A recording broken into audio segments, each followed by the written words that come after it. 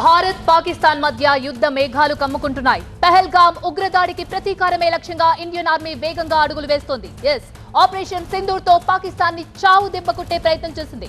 పీఓకేలో ఉగ్రమూకల నివాసాలే target గా విరుచుకుపడింది. దాంతో పాకిస్తాన్ లో అలజడి రేగుతోంది. ఇది మరింత పీక్ స్టేజ్ కు చేరి భారత్ పాక్ మధ్య యుద్ధం వస్తే పరిస్థితులు ఎలా ఉండబోతున్నాయి? దేశంలోని ఏ ప్రదేశాలను పాకిస్తాన్ టార్గెట్ చేసుకునే అవకాశం ఉంది?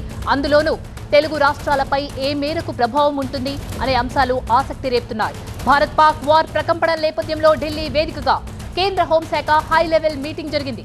ఈ సందర్భంగా దాడులు జరిగే అవకాశం ఉన్న ప్రాంతాలను 3 కేటగిరీలుగా విభజించారు. Metro, defence, ports, energy hubs వారీగా డివిజన్ చేశారు. ఈ లెక్కన కేటగిరీ 1 లో దేశ రాజధాని ఢిల్లీ, మహారాష్ట్రలోని తారాపూర్ న్యూక్లియర్ ప్లాంట్ ను చేర్చారు. ఢిల్లీలో దాదాపు అన్ని విభాగాల ప్రధాన కార్యాలయాలు ఉండడంతో అదే పాకిస్తాన్ కు మెయిన్ టార్గెట్ గా భావించే అవకాశం ఉందని భావిస్తున్నారు.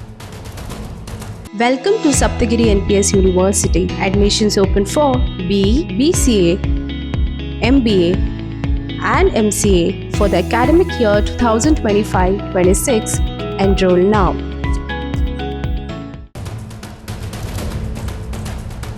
ఇదే అంశానికి సంబంధించి పూర్తి సమాచారాన్ని మా బ్యూరో చీఫ్ విజయ్ అందిస్తారు. విజయ్, ఒకవైపు హైదరాబాద్ లో ఇంటర్నేషనల్ ఈవెంట్ జరుగుతోంది, భారీ సెక్యూరిటీ కల్పించాలి దాన్ని.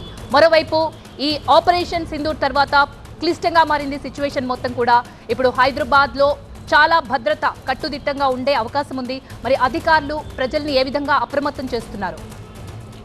హైదరాబాద్ సెంట్రల్ ఏదైతే కేటగిరీ వైజ్గా ఇచ్చిందో అది 2వ స్థానం ఉంది. హైదరాబాద్ మొదటి నుంచి కూడా కొంత గతంలో ఇక్కడ స్లీపర్ సెల్స్ కావచ్చు, గతంలో ఇక్కడ జరిగిన బ్లాస్ట్ నేపథ్యంలో కొంత ఫోకస్ ఎక్కువగా ఉంది. గతంలో జైషే మహమ్మద్ చెందినటువంటి అజర్ మహమ్మద్ చేసినటువంటి కామెంట్స్లో కూడా కాశ్మీర్తో పాటుగా హైదరాబాద్ను కూడా తాము ఆక్రమించుకోవడాన్ని చేసిన వ్యాఖ్యల నేపథ్యంలో హైదరాబాద్లో ఈరోజు జరిగినటువంటి మాక్డ్రిల్ కావచ్చు, లేదంటే మొదటి నుంచి కూడా హైదరాబాద్ కొంత సెన్సిటివ్ ఏరియా. హైదరాబాద్లో కొంత గతంలో ఉన్న స్లీపర్ సెల్స్ కావచ్చు, గతంలో జరిగినటువంటి కొన్ని బాంబ్ బ్లాస్ట్ దృష్ట్యా ఇక్కడ ప్రత్యేకమైన ఫోకస్ ఉంటుంది. దాంతోపాటు హైదరాబాద్ బేసిక్గానే ఇక్కడ కొంత దేశ రక్షణకు సంబంధించిన సంస్థలు డిఆర్డిఓ కావచ్చు, దాదాపు అనేక సంస్థలు బిహెచ్ఎల్ లాంటి సంస్థలు కావచ్చు, దాదాపు ఒక 12 కేంద్రానికి సంబంధించి రక్షణ శాఖకు సంబంధించినటువంటి సంస్థలు ఉన్నాయి.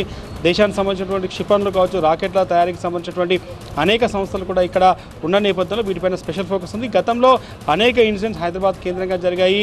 పాకిస్తాన్ నుంచి దాదాపుగా దొంగతనంగా వచ్చి హైదరాబాద్లో బ్లాస్ట్ చేసి వెళ్ళిపోయిన సందర్భాలు కూడా జైషే మహమ్మద్ సంబంధించిన వాళ్ళు కావచ్చు, లష్కర్ తోయిబాకి సంబంధించిన వాళ్ళు కూడా ఇక్కడికి వచ్చి షెల్టర్ తీసుకొని బ్లాస్టులు చేసి ఇక్కడికి వెళ్ళిపోయారు. కాబట్టి ఫోకస్గా పోలీసులు అయితే ఉన్నారు. హైదరాబాద్లో దాదాపు 3 కమిషనరేట్ కలిపి కూడా సెంట్రిక్ చేస్తూ అన్ని సీసీ కెమెరాలు కూడా ICCC అటాచ్ చేయాలంటూ కూడా ఈరోజు రాష్ట్ర ముఖ్యమంత్రి ఆదేశాలు జారీ చేశారు. ఎట్టి పరిస్థితుల్లో ఒకవేళ యుద్ధం అంటూ వచ్చినా కూడా హైదరాబాద్ ప్రత్యేకంగా కేటగిరీ 2లో ఉంది కాబట్టి ఇక్కడ కేంద్రానికి సంబంధించినటువంటి అనేక సంస్థలు ఉన్నాయి కాబట్టి వాటికి ప్రత్యేక రక్షణ కల్పిస్తున్నాయి. హైదరాబాద్లో మాబ్ ఏరియా అంటే చాలామంది పబ్లిక్ ఏరియాలో కూడా పెద్ద ఎత్తున ఒకవేళ దాడులకు పాల్పడే ఛాన్స్ ఉన్న నేపథ్యంలో ప్రతి చోట కూడా క్షుణ్ణంగా సీసీ కెమెరాలు ఏర్పాటు చేస్తారు. హైదరాబాద్ సిటీ మొత్తం 6 లక్షల సీసీ కెమెరాలు ఉన్నాయని చెప్పి ఇప్పటికే ప్రభుత్వం చెప్తున్న నేపథ్యంలో వాటన్నింటి కూడా ICCCకి కనెక్ట్ చేసి ఒక క్లియర్గా ఎక్కడైతే కేంద్ర సంస్థలకు సంబంధించిన సెక్యూరిటీతో పాటుగా పబ్లిక్ కూడా పూర్తి స్థాయిలో ఎవరు ప్యానిక్కి గురి కావద్దు, అందరూ కూడా అలర్ట్గా ఉండాలి. ఈరోజు జరిగిన డ్రిల్ కేవలం అలర్ట్ కోసం మాత్రమే. ఒకవేళ నిజంగానే యుద్ధం అంటూ వస్తే మాత్రం పూర్తి స్థాయిలో పోలీసులు కావచ్చు, సైన్యం పూర్తి స్థాయిలో అండగా ఉంటుందని మాత్రం చెప్తున్నారు. హైదరాబాద్ అయితే స్పెషల్ ఫోకస్గా ఉంది.